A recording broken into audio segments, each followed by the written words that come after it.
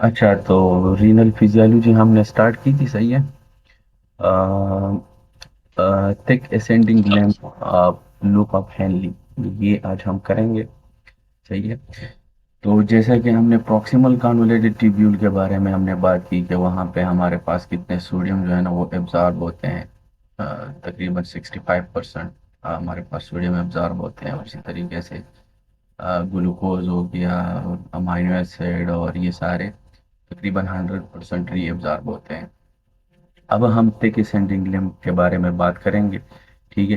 तो यहाँ पे तकरीबन आपके पास 25% यानी 25% जो सोडियम है वो रीअब्जॉर्ब होते हैं। सही है। यहाँ पे जो चैनल है हमारे पास ही वही थिक असेंडिंग लूप आप हेनली का मैंने एक सेल लिया है यहाँ पे। ठीक है। और यहाँ पे जो हमारे पास ट्रांसपोर्टर है उसको हम कहते हैं ये सोडियम और हाइड्रोजन, ये और सोडियम पोटाशियम टू क्लोराइड, ये ट्रांसपोर्टर।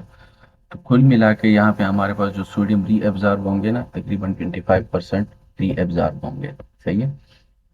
फिर ये मतलब ये आपके पास जो लेमिनर साइड है ट्यूब का, और ये इसका जो है ना जो ब्लड है, क्योंकि यहाँ से री एब्जॉर्ब होते हैं, सिल में आ जाते हैं, फिर यहाँ से री एब्जॉर्ब होके वापस सर्कुलेशन में चले जाते हैं। नॉर्मल फिजियोलॉजी है। ठीक है।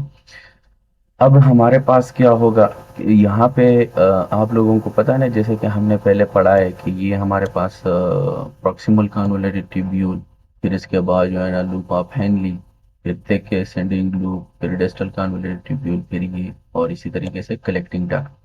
तो यहाँ पे यहाँ से लेकर यहाँ तक, यहाँ पे हमारे पास वाटर और सोडियम ये चीज़ें हमारे पास री एब्जॉर्ब होते हैं, लेकिन यहाँ से लेकर यहाँ तक, यहाँ से पानी जो है ना वो इम्परमिएबल है, यहाँ पे परमिएबल है। इधर से लेकर, सॉरी, इधर से लेकर इधर तक यहाँ से पानी जो है ना वो री एब्जॉर्ब होते हैं, परमिएबल होते हैं। और यहाँ से लेकर यहाँ तक ये वाटर जो है ना इम्परमिएबल है। यहाँ पे सिर्फ हमारे पास जो सॉल्यूट है वो री एब्जॉर्ब होंगे, जैसे कि सोडियम क्लोराइड और पोटाशियम एक्सेट्रा एक्सेट्रा। ठीक है। 25% यहाँ पे हमारे पास सोडियम री एब्जॉर्ब होते हैं। अब हमारे पास जो चैनल है, यहाँ पे चैनल है वो उसको हम कहते हैं sodium potassium two chloride channel. ठीक है ना। तो इसी चैनल से हमारे पास सोडियम अंदर आएंगे, ल्यूमिनल साइड, ये ल्यूमिनल साइड है। ठीक है ना। यहाँ से सोडियम अंदर आएंगे, क्लोराइड आएंगे, पोटाशियम आएंगे। ठीक है। अब ये पोटाशियम जो है ना फिर ये वापस दोबारा ल्यूमन में वापस चले जाते हैं। ठीक है ना। और जब ये वापस इधर आ जाते हैं ना तो यहाँ पे हमारे पास कैल्शियम और मैग्नीशियम होते हैं, वो री एब्जॉर्ब होते हैं। तो कहने का मकसद ये है कि अगर ये चैनल काम करेगा तो इसी के साथ ये कैल्शियम और मैग्नीशियम भी अंदर आएंगे। अब सवाल ये पैदा होता है कि अगर हमारे पास ये चैनल बंद हो जाए, जैसे कि हम जो बुक वालों ने दिया है, यहाँ पे हम देते हैं लूप डायरेटिक्स, लूप डायरेटिक्स है हमारे पास, वो हम देते हैं, वो आके इस चैनल को बंद कर देते हैं। ठीक है ना। तो जब ये चैनल बंद होगा फिर ये पोटाशियम यहाँ पे दोबारा वापस नहीं चल जाएंगे न्यूमन में। जब यहाँ पे नहीं जाएंगे तो कैल्शियम मैग्नीशियम भी री एब्जॉर्ब नहीं होंगे। ठीक है। तो अब यहाँ पे जब आपके पास कैल्शियम मैग्नीशियम एब्जॉर्ब नहीं होंगे तो ब्लड में आपके पास कैल्शियम और मैग्नीशियम का लेवल भी कम हो जाएगा, तो हम कहेंगे कि हाइपोकैल्सीमिया या और साथ में हाइपोमैग्नीसीमिया है। ठीक है। साथ में सोडियम और क्लोराइड और ये पोटाशियम भी नहीं जाएंगे, तो हम कहेंगे कि भाई सोडियम भी अंदर जो है ना वो कम हो जाएगा, सिल के अंदर भी कम होगा, और फिर ब्लड में भी कम हो जाएगा। ठीक है। हमारे पास लूप डायरेटिक्स के बारे में हमने बात की कि वो आके इस चैनल को बंद करेगा। जब ये चैनल बंद होगा तो ये सारा सीन नहीं चलेगा। एक बात तो हमने ये की। दूसरी जो अहम बात है वो ये है कि हमारे पास एक डिजीज है, उस डिजीज का नाम है बार्टर सिंड्रोम। ये बुक में नहीं है, सही है, तो आप इसको लिख ले, barter syndrome, BAR TTER, barter syndrome. Barter syndrome का काम भी यही है कि वो जेनेटिक मसला है, सही है, जेनेटिक म्यूटेशन होती है। कौन से चैनल में? इस चैनल में। तो ये आके अगर इस चैनल में जेनेटिक म्यूटेशन है तो उसको हम कहेंगे बार्टर सिंड्रोम। तो बेसिकली बार्टर सिंड्रोम में भी ये चैनल काम नहीं करेगा। जब ये चैनल काम नहीं करेगा तो सोडियम क्लोराइड पोटाशियम ये अंदर नहीं जाएंगे, साथ में कैल्शियम मैग्नीशियम भी नहीं जाएगा। लूप डायरेटिक्स भी यही काम करता है, ठीक है ना। लूप डायरेटिक्स में हमारे पास भी यही चैनल काम नहीं करता है।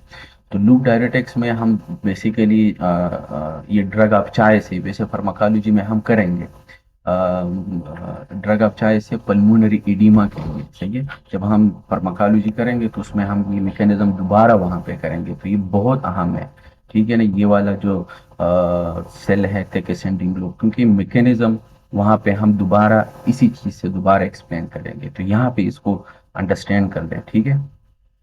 तो जो लूप डायरेटिक्स में हमारे पास जो ड्रग्स है वो ये है कि प्यूरोसामाइड, टोरोसामाइड और इथाक्रेनिक एसिड, ये सारे ड्रग्स हमारे पास आते हैं। बाकी हम उसमें फार्माकोलॉजी में डिटेल में करेंगे, ठीक हो गया है। अब अगर बार्टर सिंड्रोम में भी आप लोगों को समझ आए कि जेनेटिक म्यूटेशन होती है, ये चैनल काम नहीं करता है, ठीक है ना। तो इसलिए पेशेंट को जो है ना वो भी हाइपोकैल्सीमिया होगा, सही है, और हाइपोमैग्नीसीमिया होगा, ठीक है। साथ में पेशेंट को जो है ना वो अल्कलोसिस होगी। एक बात आप लोग हमेशा जहन में रखें कि हमारे पास जो हाइड्रोजन है, हाइड्रोजन ये हमारे पास ना एसिड है, ठीक है ना, वीक एसिड है। तो जब ये ब्लड में ज़्यादा होगा तो हम कहेंगे कि एसिडोसिस होगी, और जब ये कम होगा ब्लड में तो हम कहेंगे कि अल्कलोसिस है, ठीक है ना। तो अब ये सोडियम और पोटाशियम ये सारी चीज़ें एब्जॉर्ब यहाँ पे नहीं हो रहे हैं, लेकिन ये आगे जा रहे कलेक्टिंग डक्ट में। कलेक्टिंग डक्ट में फिर ये पोटाशियम जो है ना, सोडियम अंदर जाएगा, अभी आगे हम करेंगे कलेक्टिंग डक्ट में। सोडियम अंदर जाता है और पोटाशियम बाहर निकलता है। पोटाशियम के पीछे हाइड्रोजन चला जाता है, ठीक है। तो इसी वजह से वहाँ पे सोडियम बहुत ज़्यादा, क्योंकि सोडियम हमने यहाँ पे एब्जॉर्ब नहीं किया, वो कलेक्टिंग डक्ट पे जाएगा, वहाँ ये सोडियम वहाँ से ज़्यादा सोडियम अंदर चला जाएगा, ज़्यादा पोटाशियम बाहर निकलेगा। पोटाशियम के पीछे जो है ना वो हाइड्रोजन चले जाएंगे, तो हम कहेंगे कि इस पेशेंट को जो है ना हाइपोकलीमिया होगा, क्योंकि पोटाशियम का लेवल कम हो गया, साथ में हाइड्रोजन भी बाहर निकल रहा है। हाइड्रोजन वीक एसिड है, तो जब एसिड बाहर चला जाता है जिस्म से, तो हम कहेंगे कि अब अल्कलोसिस होगी, क्योंकि हाइड्रोजन जब इंक्रीज हो जाता है तो हम कहते हैं कि एसिडोसिस, जब डिक्रीज होता है तो हम कहते हैं अल्कलोसिस। तो इस चीज़ में हमने दो चीज़ें पढ़ी टेकेसेंडिंग लिम्ब में। नॉर्मल हमने पढ़ी कि नॉर्मल क्या होता है, फिर हमने लूप डायरेटिक्स के बात की कि लूप डायरेटिक्स कौन सा चैनल हमारे पास बंद करता है। दूसरी दो बातें हुई। तीसरी बात हमने ये की कि यहाँ पे जेनेटिक म्यूटेशन होती है इस चैनल का, और उसको हम कहते हैं बार्टर सिंड्रोम, ठीक हो गया है। अब बार्टर सिंड्रोम में भी वही एग्जैक्टली जो लूप डायरेटिक्स में हमारे पास सीन होता है, एग्जैक्टली बार्टर सिंड्रोम में भी होता है। तो हम ये कह सकते हैं कि हमारे पास ये जो बार्टर सिंड्रोम है, it's a kind of burn with an loop diuretics, सही है। तो ये, और इस पेज में, इस स्लाइड में आपने ये बात भी याद रखनी है, जो चौथी बात है वो ये है कैल्शियम चैनल, क्योंकि यहाँ पे हमारे पास कैल्शियम चैनल होती है, और ये कैल्शियम फिर इधर आके इस चीज को भी बंद कर देता है, सही है। अब अगर ये फॉर एग्जांपल ये कैल्शियम इस चैनल में म्यूटेशन हो जाए यहाँ पे, तो हमारे पास एक और डिजीज है, और उस डिजीज को हम कहते हैं फिमीलियल हाइपोकैल्सेमिक हाइपर हाइपर सॉरी फिमीलियल, ये नाम लिख ले, ये नहीं है बुक में, सही है, फिमीलियल हाइपोकैल्सियूरिक हाइपर कैल्सीमिया। क्योंकि कैल्शियम यहाँ से ब्लड से इधर आके इधर दोबारा चला जाता है बाहर, ठीक है। अब अगर फॉर एग्जांपल इस कैल्शियम चैनल में भी म्यूटेशन हो जाए, ठीक है ना, यहाँ पे ये कैल्शियम चैनल में म्यूटेशन हो गई है, तो अब क्या होगा, हमारे पास कैल्शियम बाहर नहीं जाएंगे, ठीक है ना। तो हम कहेंगे कि अब कैल्शियम बाहर नहीं जाएंगे तो कैल्शियम यहाँ पे यूरिन में कम होगा, नाम से जाहिर है फीमेलियल हाइपोकैल्सियूरेट। हाइपो का मतलब होता है कम, कैल्सियूरिक यूरिन में कैल्शियम का कम हो जाना। हाइपर कैल्सियमिक का मतलब होता है कि कैल्शियम, हाइपर का मतलब होता है ज्यादा, कैल्सी का मतलब होता है कैल्शियम। इनिमिया जब भी आ जाए लफ्ज के आखिर में, जिसका मतलब होता है कि ब्लड, अब ब्लड में आपके पास कैल्शियम ज्यादा हो गया है। तो ये भी हमारे पास एक डिजीज़ है, जेनेटिक मसला है हमारे पास। और यहाँ पे भी हमारे पास एक कैल्शियम चैनल काम नहीं करता है, कैल्शियम बाहर नहीं जाते, तो इसलिए इस बीमारी को हम, इस डिजीज़ को हम कहते हैं फीमेलियल हाइपोकैल्सियूरिक हाइपर कैल्सीमिया। ये बहुत रेयर है, जेनेटिक मसला है, सही है, बहुत रेयर में होता है, लेकिन एग्जाम के लिए हमने इसको याद रखना है। फिर इसके बाद जो है ना हमारे पास और क्या होगा, इससे रिलेटेड एक और बात आप लोगों ने जो जहन में रखनी है वो ये है कि एग्जैक्टली यही चैनल आपके पास पैराथायराइड हार्मोन जो है वहाँ पे भी आपके पास हमारे पास होता है, सही है, रिसेप्टर है पैराथायराइड ग्लैंड में, ठीक है ना। तो पैराथायराइड ग्लैंड में भी एग्जैक्टली यही चैनल होता है। अब फॉर एग्जांपल अगर आपके पास कैल्शियम कम है, तो इसका सॉरी कैल्शियम आपके पास ब्लड में ज़्यादा है, यूरिन में कम है। अब ये ज़्यादा कैल्शियम ब्लड में अगर ज़्यादा है तो फिर ये कैल्शियम जाके ये हम एंडोक्रिनियोलॉजी में हम करेंगे, ठीक है। तो कैल्शियम जाके हमारे पास पैराथायराइड हार्मोन को स्टिमुलेट कर देता है। तो जब वहाँ पे ये स्टिमुलेट करवाएगा तो हमारे पास जो पैराथायराइड हार्मोन है वो डिक्रीज हो जाएंगे, ठीक है ना। तो ये चार चीज़ें आप लोगों ने इस स्लाइड में जहन में रखने हैं, ठीक है ना। तो ये हमारे पास thick ascending loop of Henle हो गया। फिर इसके बाद जो है ना हमारे पास डिस्टल कन्वोल्यूट ट्यूब्यूल आते हैं। तो डिस्टल ट्यूब्यूल का जो है ना हमने एक सिन लिया है, वहां से हमने काटा, यहाँ पे हमने बड़ा किया।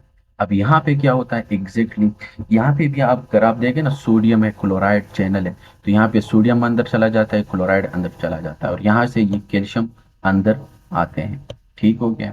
कैल्शियम अंदर आते हैं, फिर ये कैल्शियम आके इस प्रोटीन के पास आ जाते हैं और यहाँ पे बाइंड हो जाते हैं। इस प्रोटीन को हम कहते हैं काल्बेंडिन कैल्शियम प्रोटीन, सही है, काल्बेंडिन प्रोटीन है कैल्शियम, यहाँ पे बाइंड हो जाते हैं। फिर ये कैल्शियम जो है ना वो यहाँ पे आके अंदर चले जाते हैं, ठीक है, अंदर चले जाते हैं, देखें अंदर चले गए। और यहाँ पे ये सोडियम क्लोराइड अंदर आ जाते हैं, सोडियम फिर यहाँ पे जो है ना वो अंदर चला जाता है, पोटाशियम बाहर निकलता है। डिस्टल कन्वोल्यूट ट्यूब्यूल में ये सीन होता है नॉर्मली, ठीक है ना। तो डिस्टल कन्वोल्यूट ट्यूब्यूल में जो हमने ट्रांसपोर्टर पढ़ा वो है सोडियम क्लोराइड को ट्रांसपोर्टर। अब ये सोडियम क्लोराइड को ट्रांसपोर्टर के बारे में हम बात करेंगे। नॉर्मली हमें पता चला ये ल्यूमिनल साइड है, ये आपके पास सर्कुलेशन है, देखिए कैपिलरी है, तो यहाँ से फिर रीएब्जॉर्ब होते हैं, सेल के अंदर आ जाते हैं, सेल से फिर दोबारा ब्लड में चले जाते हैं, ठीक हो गया। नॉर्मली ये सीन हमारे पास चलता रहता है। अब अगर हमारे पास कुछ ड्रग है, वो ड्रग में थायजाइड है, थायजाइड आके इस चैनल को बंद कर देता है, ठीक है ना। तो जब ये चैनल बंद होंगे, सोडियम अंदर नहीं जाएगा, क्लोराइड अंदर नहीं जाएगा, ठीक है ना। तो सोडियम अंदर नहीं जाएगा, फिर ये वाला चैनल भी काम नहीं करेंगे, क्योंकि सोडियम इधर अंदर आता है, तो फिर सोडियम इसी चैनल के थ्रू सोडियम अंदर जाएगा और पोटाशियम बाहर निकलेगा, ठीक है ना। तो फिर ये सीन भी नहीं चलेगा, ठीक हो गया। अब हमारे पास एक और यहाँ पे एक और भी डिजीज है हमारे पास, जो जेनेटिक मसला है उसको हम कहते हैं गेटलमैन सिंड्रोम। तो नाम लिख ले बुक में, नहीं है, सही है, ये भी जेनेटिक मसला है, गेटलमैन, सॉरी GI है, सही है, गेटलमैन सिंड्रोम। अब गेटलमैन सिंड्रोम में भी एग्जैक्टली यही सीन होता है, ये चैनल की म्यूटेशन होती है, तो ये चैनल भी काम नहीं करता है। तो जब ये काम नहीं करता है, ना सोडियम अंदर जाएगा ना क्लोराइड अंदर जाएगा, इस डिजीज को हम कहते हैं गेटलमैन सिंड्रोम, सही है। ये भी जेनेटिक म्यूटेशन होती है सोडियम क्लोराइड को ट्रांसपोर्टर में, और ये पेशेंट भी आपके पास हाइपोकैलेमिक और अल्कलोसिस इस पेशेंट को भी, क्योंकि अब ये सोडियम यहाँ पे एब्जॉर्ब नहीं होते, ठीक है ना, फिर ये आगे चले जाते, सोडियम बहुत ज्यादा आपके पास जो कलेक्टिंग डक्ट है वहां पे सोडियम बहुत ज़्यादा अंदर चले जाएंगे, बहुत ज़्यादा सोडियम अंदर चले जाएंगे, वहाँ पे सोडियम और पोटाशियम जो है ना वो बाहर निकलेंगे, जो प्रिंसिपल सेल्स है वहाँ पे हम करेंगे, सही है, आगे स्लाइड में है। तो वहाँ पे बहुत ज़्यादा सोडियम जाएगा, बहुत ज़्यादा पोटाशियम निकलेगा, क्लोराइड सॉरी सन पीछे, इसके पीछे हाइड्रोजन निकलेगा। तो जब हाइड्रोजन इसके पीछे निकलेगा, अब आपने कैपिलरी में ब्लड में हाइड्रोजन और पोटाशियम का लेवल कम किया, तो इसीलिए इस पेशेंट को जो है ना हाइपोकैलीमिया प्लस अल्कलोसिस होती है, क्योंकि जब बेसिस ज्यादा होती है ना ब्लड जिसम में, तो हम कहते हैं कि अल्कलोसिस, और जब एसिड ज्यादा होती है तो हम कहते हैं कि एसिडोसिस, ठीक है। और हाइड्रोजन हमारे पास वीक एसिड है। तो यहाँ तक क्लियर हो गया है। तो ये हमारे पास गेटलमैन सिंड्रोम। अब यहाँ पे हमारे पास एग्जैक्टली गेटलमैन सिंड्रोम में और ये बार्टर सिंड्रोम में डिफरेंशियल डायग्नोसिस क्या है, इसी में भी वही चीज़ है, हाइपोकलीमिया और अल्कलोसिस और सोडियम का कम हो जाना, और इधर भी है, ठीक है ना। लेकिन यहाँ पे कैल्शियम यूरिन में बहुत ज़्यादा होगा, हाइपर कैल्सियूरिक होगा, ठीक है ना। लेकिन यहाँ पे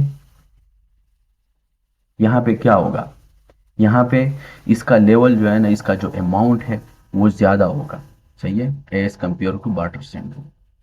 सिर्फ यही डिफरेंशियल डायग्नोसिस है।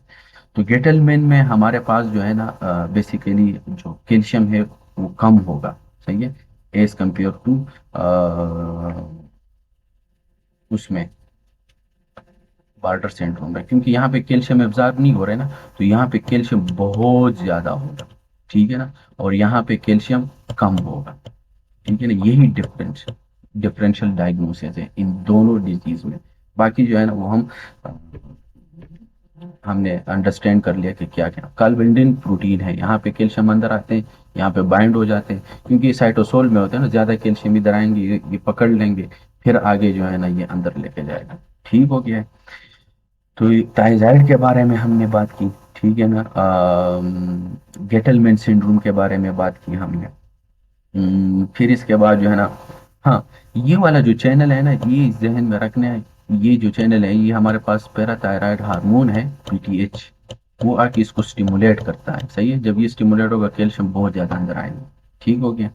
तो बेसिकली इस कैल्शियम चैनल को ओपन रख देता है, तो जब ये ओपन होगा कैल्शियम अंदर आएंगे, ठीक हो गया। अब हम आते हैं जो नेक्स्ट टॉपिक है इस बुक में, वो है पोटाशियम रेगुलेशन। पोटाशियम रेगुलेशन में ये है कि आपके पास जो है ना ये इंट्रा सेल्यूलर फ्लूइड है, ये एक्स्ट्रा सेल्यूलर फ्लूइड है, पोटाशियम अंदर आते हैं, पोटाशियम फिर बाहर भी जाते हैं। अब ये कैसे होता है, ठीक है। अब देखें, हमारे पास अगर सिल से बाहर, क्योंकि हमने ऑलरेडी पढ़ा है पोटाशियम जो होता है ना सिल के अंदर बहुत ज्यादा होता है, इसलिए हम कहते हैं कि potassium is the bag of, sorry, cell is the bag of potassium, सही है, हम यही कहते हैं ना।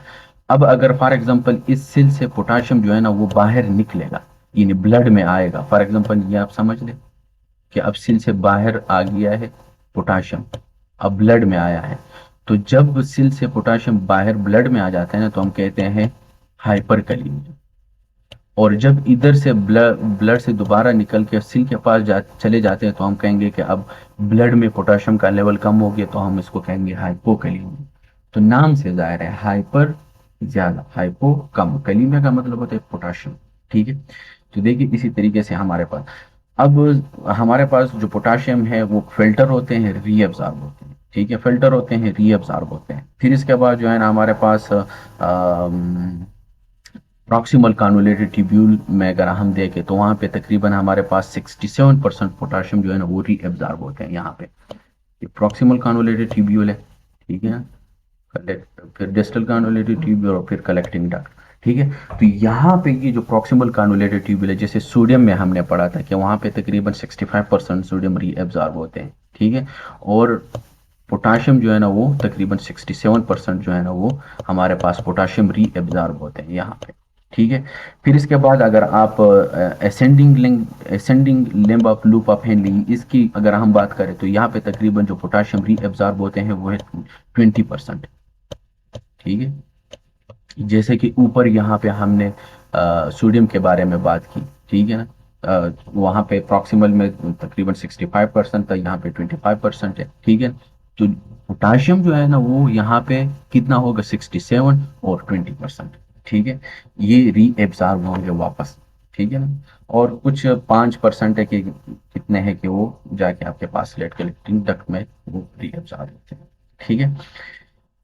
फिर इसके बाद जो है ना हमारे पास प्रिंसिपल सेल्स कलेक्टिंग डक्ट में अगर हम देखें ना, ये कलेक्टिंग डक्ट है ये वाला, इसमें हमारे पास जो सेल है उसको हम कहते हैं प्रिंसिपल सेल, और अल्फा इंटरकलेक्टिंग सेल है वो हमारे पास, वो भी नेक्स्ट स्लाइड में वो हम करेंगे यहाँ पे, सही है। अब यहाँ पे जो कलेक्टिंग डक्ट में प्रिंसिपल सेल को देखें ना यहाँ पे, तो यहाँ पे हमारे पास सोडियम चैनल्स होते हैं, बुक में इसका नाम दिया है एपिथेलियल, ई से एपिथेलियल और सोडियम चैनल, कुछ इस तरीके से लिखा हुआ है, सही है। तो इसका मतलब होता है ना कि ये एपिथेलियल सोडियम चैनल है, ठीक है ना, ये एल्डोस्टेरोन आके इसको स्टिमुलेट कर देता है। तो सोडियम जब इधर से अंदर आएगा, फिर ये यहाँ से सोडियम और पोटाशियम एटीपीज है, सोडियम अंदर चला जाएगा मैंने बोला था ना, और पोटाशियम बाहर निकलेगा। ये वही सेल है, इसलिए वहां पे अल्कलोसिस और हाइपोकलीमिया होता था। पोटाशियम बाहर निकल रहा है, और पोटाशियम या हाइड्रोजन, सही है, पोटाशियम बाहर निकलेगा और हाइड्रोजन भी बाहर निकलेगा। अब मैंने कहा ना कि ज्यादा सोडियम इधर आएंगे, ज्यादा सोडियम अंदर चला जाएगा, फिर इसका ज्यादा सोडियम अंदर जाएगा, पोटाशियम बाहर निकलेगा और साथ में हाइड्रोजन निकलेगा। तो इसलिए यहाँ पे जो है ना हमारे पास हाइपोकलीमिया होगी और अल्कलोसिस होगी, क्योंकि आपने हाइड्रोजन जो है ना वो वीक एसिड है, तो आपने बेसिक एसिड को निकाला है, जिस्म में पीछे जिस्म में जो है ना वो वीक बेसिड इंक्रीज हो गया, तो इसलिए वहां पे हमारे पास हम कहेंगे कि अल्कलोसिस है। ठीक हो गया। अब हमारे पास ये जो सोडियम चैनल्स होते हैं, एपिथेलियल सोडियम चैनल, ये एल्डोस्टेरोन आके इसको स्टिमुलेट कर देता है। तो जब एल्डोस्टेरोन आएगा इसको स्टिमुलेट करेगा, बहुत ज़्यादा सोडियम सेल के अंदर आएंगे, सोडियम के अंदर आ गया, फिर ये सोडियम जो है ना यहाँ से इस चैनल के थ्रू फिर अंदर चले जाएंगे, ठीक है ना, और पोटाशियम बाहर निकलेगा। नॉर्मली ये हमारे पास ये सीन होता है। अब होगा क्या, जब ये ज्यादा निकले, और हाँ ये वाला चैनल जो है ना ये भी एल्डोस्टेरोन हमारे पास स्टिमुलेट कर देता है। और एल्डोस्टेरोन किस चीज को स्टिमुलेट कर देता है, एल्डोस्टेरोन ने तो इन चैनल को स्टिमुलेट किया, एक तो ये एपिथेलियल, ये जो चैनल्स हैं, ये सोडियम एपिथेलियल सोडियम चैनल और ये सोडियम पोटाशियम एटीपेज, इस चैनल दोनों को एल्डोस्टेरोन आके स्टिमुलेट कर देता है। लेकिन एल्डोस्टेरोन को कौन सा चीज स्टिमुलेट कर देता है, हमारे पास जो है ना वो एंजियोटेंसिन 2 है, जो कि ऑलरेडी हमने रास रेनिन एंजियोटेंसिन एल्डोस्टेरोन सिस्टम में हमने पढ़ा था कि वो स्टिमुलेट होगा, वो रिलीज होंगे तो फिर जाके एल्डोस्टेरोन को स्टिमुलेट करवाएगा, एक तो वो चीज़। और दूसरा हमारे पास पोटाशियम, ठीक है ना। तो एग्जाम पॉइंट ऑफ व्यू से ये बहुत अहम है, इसमें बातें बहुत ज़्यादा है, ठीक है ना, तो इसको आप लोगों ने साथ साथ में नोट करना है। तो एक तो एंजियोटेंसिन 2 आके इसको स्टिमुलेट कर देता है, और दूसरा हमारे पास पोटाशियम, ठीक है ना। तो ये भी एग्जाम में क्वेश्चन आ सकता है कि एल्डोस्टेरोन कौन हमारे पास, कौन बताता है एल्डोस्टेरोन को भाई तू रिलीज हो जा। तो दो चीजें हमारे पास, एक एंजियोटेंसिन 2 जो ऑलरेडी हमने एक्सप्लेन किया है, और एक है पोटाशियम, ठीक है। फिर इसके बाद जो है ना हमारे पास यहाँ पे भी जेनेटिक मसला हो सकता है इस एपिथेलियल चैनल्स का, ठीक है ना, जेनेटिक म्यूटेशन होती है इसमें। तो जब यहाँ पे जेनेटिक म्यूटेशन होती है, ये चैनल बहुत ज़्यादा अब सोडियम को जो है ना वो रीएब्जॉर्ब करेगा। तो जब बहुत ज़्यादा सोडियम यहाँ पे अंदर आएंगे, पोटाशियम बाहर निकलेगा, हाइड्रोजन बाहर निकलेगा, ठीक है। अब जब बहुत ज़्यादा पोटाशियम बाहर निकलेंगे और हाइड्रोजन निकलेगा, तो हम कहेंगे कि पेशेंट को जो है ना वो हाइपोकलीमिया हुआ है, और साथ में हमारे पास क्या हुआ है, अल्कलोसिस, ठीक है, क्योंकि हाइड्रोजन बाहर निकल रहा है, वीक एसिड है हमारे पास। अब इस डिजीज को हम क्या नाम देंगे, जो बहुत ज्यादा एक जेनेटिक म्यूटेशन होती है, एक्सेस सोडियम रीअब्जॉर्प्शन होती है, इस बीमारी को हम कहेंगे, इस डिजीज को हम कहेंगे लिडल सिंड्रोम, सही है। तो ये नाम भी लिख ले, आप लोगों के बुक में नहीं है, ठीक है। तो इसको हम कहते हैं Liddle syndrome, LIDL, Liddle syndrome, ठीक है। तो बेसिकली यहाँ पे इस चैनल्स पे जेनेटिक म्यूटेशन होती है, एक्सेस सोडियम एब्जॉर्प्शन होती। ऊपर जिसमें हमने बात की यहाँ पे जो केटलमैन सिंड्रोम था, वो बेसिकली ये चैनल बंद हो जाता है, ठीक है ना, इसमें इसलिए म्यूटेशन होती है, चैनल काम नहीं करता है। और इसमें भी चैनल काम नहीं करते, इसको हम बार्टर सिंड्रोम कहते हैं, ठीक है ना। और यहाँ पे जो चैनल्स हैं, यहाँ पे एक्सेस सोडियम बड़ी एब्जॉर्ब होंगे क्योंकि म्यूटेशन हुई है, ठीक है ना। और ज्यादा सोडियम अंदर आएंगे, ज्यादा सोडियम अंदर चले जाएगा, पोटाशियम बाहर निकलेगा, इसको हम कहते हैं लेडल सिंड्रोम, ठीक हो गया। तो देखिए हमने कुछ जेनेटिक डिजीज के बारे में जो मसले हैं, जेनेटिक म्यूटेशन होती हैं, तकरीबन हमने 3 डिजीज के बारे में हमने बात की, सॉरी 4 की। एक है हमारे पास ये Bartter syndrome, Gitelman syndrome, Liddle syndrome, और familial hypercalciuric and hypercalcaemia, इसके बारे में हमने बात की। बहुत अहम है, एग्जाम पॉइंट ऑफ व्यू से इनको आप लोगों ने जहन में रखना है, ठीक है। फिर इसके बाद जो है ना अगर आप देखें ना, ये यहाँ पे हमारे पास ना एक्वापोरिन चैनल्स होते हैं, ये पानी के लिए होते हैं, सही है। एक्वापोरिन एक है जो मेरे ख्याल से गाइटन में भी ये बात इन लोगों ने लिखी हो है, मैं तो अभी एग्जैक्टली मैंने तो नहीं भूला हूँ, लेकिन ये मेरे ख्याल से गाइटन में भी है कि दो चैनल्स हैं हमारे पास, एक है A1 और एक और भी है, मैं मेरे जहन से नाम निकल गया, लेकिन ये हमारे पास वाटर चैनल्स होते हैं, चाहिए एक्वापोरिन, इसके थ्रू हम पानी को जो है ना वो री एब्जॉर्ब कर देते हैं। ये वही सोडियम एपिथेलियल चैनल्स है, ये एग्जैक्टली यही चैनल है, सॉरी यही सेल है, ठीक है। अब हमारे पास क्या होगा कि एग्जैक्टली यहाँ पे हमारे पास एक्वापोरिन चैनल्स लगते हैं, एडीएच हार्मोन आके इसको लगाएगा, ठीक है ना। और जब ये लगाएगा ये एक्वापोरिन, तो हमारे पास जो वाटर है वो री एब्जॉर्ब हो जाएंगे, सही है, यहाँ से वाटर री एब्जॉर्ब होते हैं through aquaporin channel. Anti diuretic hormone आके वो इसको स्टिमुलेट करवाएगा। अगर एंटी डायरेटिक हार्मोन नहीं है तो फिर ये एक्वापोरिन चैनल जो है ना वो नहीं लगते। इसमें बायोकेमिस्ट्री लेवल पे अगर हम पढ़े तो वो कहते हैं कि हमारे पास एंटी डायरेटिक हार्मोन जब रिलीज हो जाते हैं वो आके यहाँ पे फास्फोराइलेशन होती है इस चैनल की, बहुत ज़्यादा एक्वापोरिन चैनल्स लगेंगे और ये एक्टिव हो जाएंगे और बहुत ज़्यादा वाटर जो है ना वो री एब्जॉर्ब हो जाएंगे, ठीक है। तो ये वाटर के लिए हमने बात की कि वाटर किस तरीके से हमारे पास जो कलेक्टिंग डक्ट में अल्फा जो प्रिंसिपल सेल्स होते हैं वहाँ पे पानी किस तरह से एब्जॉर्ब होते हैं। जैसे कि हमने पहले पढ़ा है ना कि ये प्रॉक्सिमल कन्वोलेटेड ट्यूब्यूल, फिर इसके बाद लूप ऑफ हेनली, फिर ये distal convoluted tubule, collecting duct. ये कलेक्टिंग डक्ट हमने कहा था ना कि यहाँ से लेकर यहाँ तक पानी जो है ना वो परमिएबल है, तो ये जगह जो है ना वाटर के लिए परमिएबल, लेकिन यहाँ से लेकर यहाँ तक तकरीबन यहाँ तक ये इम्परमिएबल टू वाटर है। अब ये वाला जो जगह है ना ये डिपेंड करता है, डिपेंड किस चीज़ पे करता है कि अगर हमारे पास एंटी डायरेटिक हार्मोन आ जाए ना, एंटी डायरेटिक हार्मोन, तो फिर वाटर एब्जॉर्ब होंगे, और अगर एंटी डायरेटिक हार्मोन नहीं है तो वाटर एब्जॉर्ब नहीं होंगे, ठीक है। अब ये देखें ना हाइड्रोजन सिक्रीशन, मैंने ये कहा था ना कि हमारे पास बेसिकली नॉर्मली अगर जनरली मैं बात करूँ, किडनी जो है ना वो हाइड्रोजन को बाहर निकालता है, ठीक है ना, तो इसलिए जनरली किडनी एक्सक्रीट हाइड्रोजन। अब ये जो हमारे पास बेसिकली हाइड्रोजन हमारे पास आया, ठीक है ना, सेल के अंदर, ये इंटरकलेटेड सेल है, ठीक है। हमने कहा था ना कि इंटरकलेटेड सेल हम बात करेंगे। इसमें हाइड्रोजन की सिक्रीशन होती है, दो तरीकों से हाइड्रोजन की सिक्रीशन होती है। एक ये कि जिस तरह हमने कहा ना कि ऊपर हमने पढ़ा कि पोटाशियम निकलेगा, पीछे हाइड्रोजन भी निकलेगी, लेकिन फिर जब ये हाइड्रोजन निकलेगी दो तरीकों से फिर ये बाहर एक्सक्रीट होता है। एक ये कि एमोनिया के साथ ये ऐड हो जाता है, ठीक है ना, और एमोनियम बना लेते हैं और बाहर एक्सक्रीट हो जाता है। ये ऑलरेडी ये चीज़ हमने बायोकेमिस्ट्री में भी हमने इसको एक्सप्लेन किया था, अगर आप लोगों को याद हो। दूसरा ये है कि ये जो HPO4 है, इसका मतलब होता है कि हाइपोमोनोप्रोटीनेटेड फास्फेट।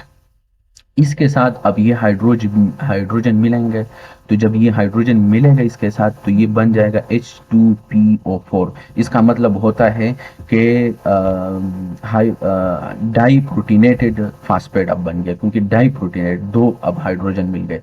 अब इसके साथ ये हाइड्रोजन मिल गया और हाइड्रोजन फिर बाहर जाके एक्सक्रीट हो जाता है, ठीक है ना।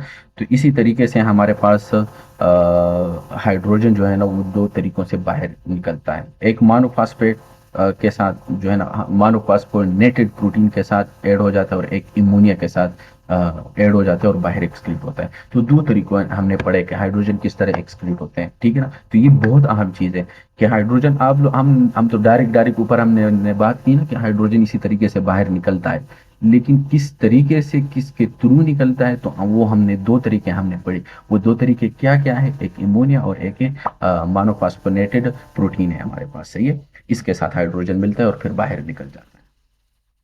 ये तो हमारे पास हो गई है आपके proximal convoluted tubule, ascending limb of loop of Henley, descending loop of Henley, और कलेक्टिंग डक हो गया, और प्रिंसिपल सेल्स कलेक्टिंग डक में आप देखिए अल्फा इंटरस इंटरकलेटेड सेल्स आपने देख लिए कि इन सेल्स में पूरे नेफ्रॉन में किस तरीके से हमने किस इलेक्ट्रोलाइट को रीअब्जॉर्ब किया और हाइड्रोजन को और एमोनिया को और इन चीज़ों को बाहर निकाल दिया।